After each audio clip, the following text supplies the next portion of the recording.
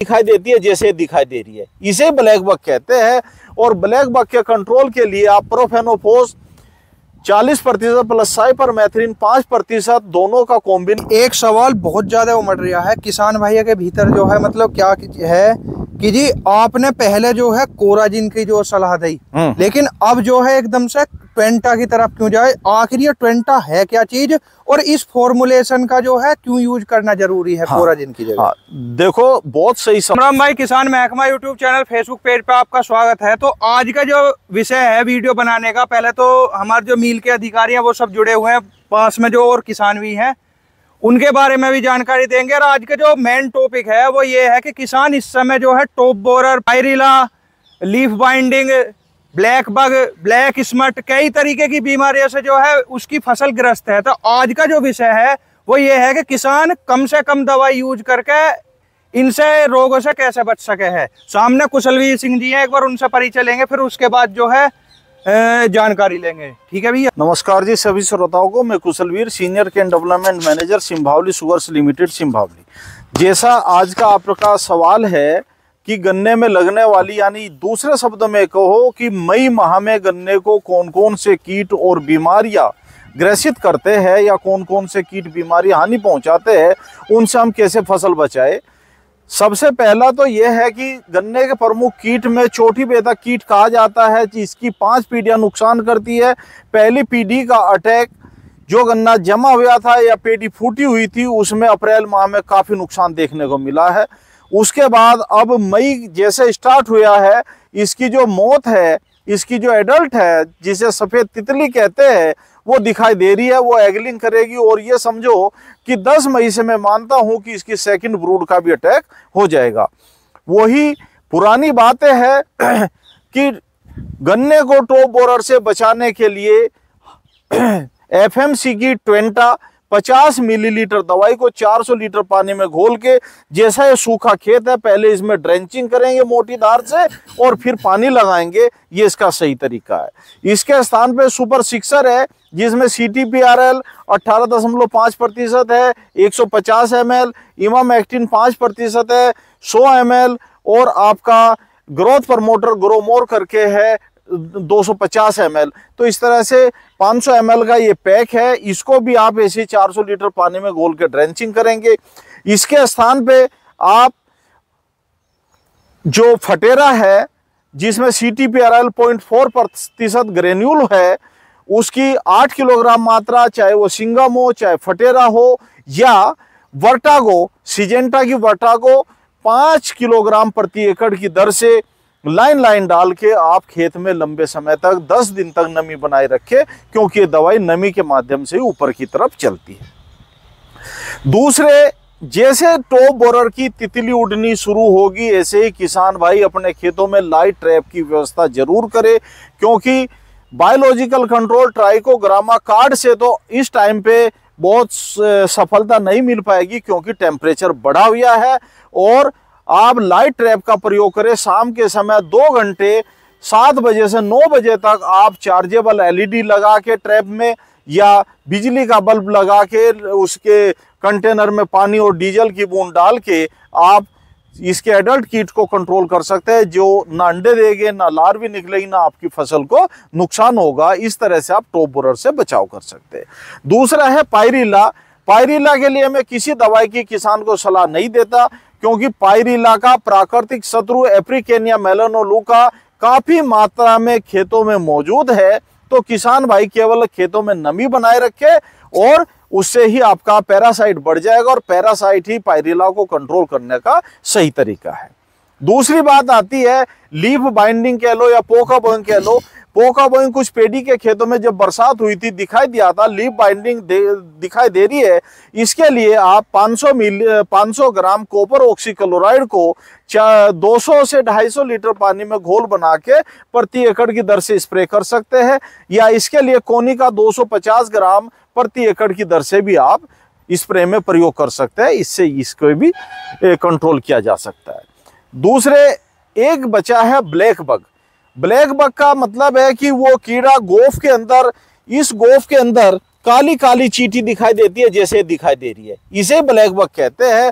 और black bug के control के लिए आप प्रोफेनोफोस 40% प्लस साइपरमेथ्रिन 5% दोनों का कॉम्बिनेशन आता है। इसकी 500 मिलीलीटर दवाई 200 लीटर पानी में घोल बना के पीठ वाली जो मशीन है जिसे नैपसैक स्प्रेयर कहते हैं उससे करें, ताकि जो दवाई का सॉल्यूशन है वो इसकी गोब में डलेगा, तभी आप ब्लैक बग को कंट्रोल कर सकते हैं। एक है आपका ब्लैक स्मट जिसे काला कंडुआ भी कहते हैं। इसमें गन्ना बारीक सरकंडे की तरह हो जाता है, लंबाई में तेजी से बढ़ता है और काली विप उस पे निकल आती है, और उसके निकलने के बाद जैसे ही होता है तो वो चूर एक सिल्वर कलर की झिल्ली से वो विप ढकी रहती है, कवर रहती है, और जैसे हवा में वो सिल्वर कलर की झिल्ली फटती है वो पाउडर जमीन पे बिखर जाता है और वो फिर आगे कई गुना बढ़ जाता है। तो उसका कंट्रोल सबसे बेस्ट ये है, हमें रोगी पौधों की रोगिंग करनी है। रोगिंग करने के लिए आप प्लास्टिक का थैला ले, ऊपर से उसे कवर करो, नीचे से काट के निकाल के एक गड्ढा खोद ले और गड्ढे में काफी गहराई पे आप 1-1.5 फुट नीचे उसे दबा दे, नष्ट कर दे, ताकि वो पाउडर आपके स्वस्थ खेतों में ना झड़े। और दूसरे उसके ऊपर एक फंजीसाइड का स्प्रे, जैसे सीओसी का किया है तो वो उससे भी काफी हद तक कंट्रोल हो जाता है। या आपका कार्बेंडाजिम प्लस मैनकोजेब आधा किलोग्राम दवाई को आप 200 लीटर पानी में घोल के आप स्प्रे कर देंगे तो वो रोग आगे नहीं बढ़ेगा। तो इस समय पे आप यही ध्यान रखें। दूसरे, आप जिन किसानों ने बुआई के समय पे पोटास खाद की प्रयोग नहीं की थी, वो म्यूरेट ऑफ पोटास 6 से 7 किलोग्राम प्रति बीघा या 30 से 35 किलोग्राम प्रति एकड़ की दर से खेतों में जरूर प्रयोग करें, क्योंकि पोटास और सल्फर ये दो तत्व ऐसे हैं जो फसल की कीट और रोगों से लड़ने की शक्ति बढ़ाते हैं। गर्मी के प्रति भी जब स्ट्रेस होती है, पानी की कमी होती है, तो पौधे को अपने मतलब सुरक्षित रखने के लिए उसे इम्यूनिटी प्रदान करते हैं या उसे प्रोटेक्शन देते हैं। ठीक है जी, एक सवाल बहुत ज्यादा उमड़ रहा है किसान भाइयों के भीतर, जो है मतलब क्या है कि जी आपने पहले जो है कोराजिन की जो सलाह दी, लेकिन अब जो है एकदम से ट्वेंटा की तरफ क्यों जाए? आखिर ये ट्वेंटा है क्या चीज, और इस फॉर्मुलेशन का जो है क्यों यूज करना जरूरी है कोराजिन की जगह? देखो, बहुत सही सवाल है। कोराजन 2008-9 में लॉन्च हो गया था प्रोडक्ट, और एक प्रोडक्ट एक लंबे समय तक चलते हुए कीड़े के अंदर उसकी रेजिस्टेंस पावर भी आ जाती है। दूसरे शब्दों में कहा जाए तो जो एलिमेंट, जो इनग्रेडिएंट, एक्टिव इनग्रेडिएंट कोराजन में है वही ट्वेंटा में है, लेकिन इसकी फॉर्मुलेशन में अंतर है। फॉर्मुलेशन में कैसे अंतर है? जैसे चाय बनाने का तरीका है कि चाय में जो सामान पड़ता है एक बार ही डाल के और उसे पकाना शुरू कर दो, तो हो सकता है वो फट भी जाए, उसमें टेस्ट ना आए। दूसरे, जब जो चीज मांगती है तो उस टाइम पे आप यूज करेंगे, तो उसका मतलब ये है कि आपका फॉर्मुलेशन दूसरे तरीके से बनाई हुई चाय है तो उसका टेस्ट अच्छा होगा। पहले पानी को पकाए, उसमें अदरक पकाए, पत्ती पकाए, चीनी पकाए, बाद में दूध डाल के पकाएंगे तो वो चाय उसके मुकाबले जिसमें चारों चीज एक साथ डाल के पकाई है उसके मुकाबले ज्यादा अच्छी लगेगी आपको। तो इसका मेन चीज एक ये है कि इसका एक तो फॉर्मुलेशन चेंज है और एक इसका इमल्सिव फाइबर जो है वो चेंज किया गया है, जो हमारे इंग्रेडिएंट को पौधे के सिस्टम में ऊपर की तरफ ले जाता है। ठीक है जी। कुछ किसान है जी, ज्यादातर किसान जो है एक चीज पूछे हैं कि जैसे कोराजिन की हम ड्रेंचिंग करे हैं तो उनके साथ कोई पोषक तत्व वगैरह यूज कर सके हैं? नहीं, ड्रेंचिंग के साथ में देखो किस तरह का उस पोषक तत्व का हमें पहले पता होना चाहिए कि उसकी क्या रिएक्शन है उस एलिमेंट के साथ। वैसे कोराजन के साथ आप किसी भी पोषक तत्व को मिला सकते हैं, ज़्यादातर आप न्यूट्रिएंट ही मिला सकते हैं। अच्छा तो ये है कि कोई भी न्यूट्रिएंट छिटकवा विधि से यूरिया के साथ या दूसरे तरह से डाला जाता है। कोराजन के साथ ड्रेंचिंग में कोई पोषक तत्व अलाउ नहीं होता, चाहे तो पोषक तत्व का स्प्रे किया जाता है या जमीन में डाला जाता है। तो आप मिला भी सकते हैं, ऐसी कोई बात नहीं है। वैसे अच्छा ये है कि अवॉइड करना चाहिए, ज़्यादा तो अच्छा हुई है। ठीक है जी, ठीक है। सही। राम राम जी, अपना परिचय करो।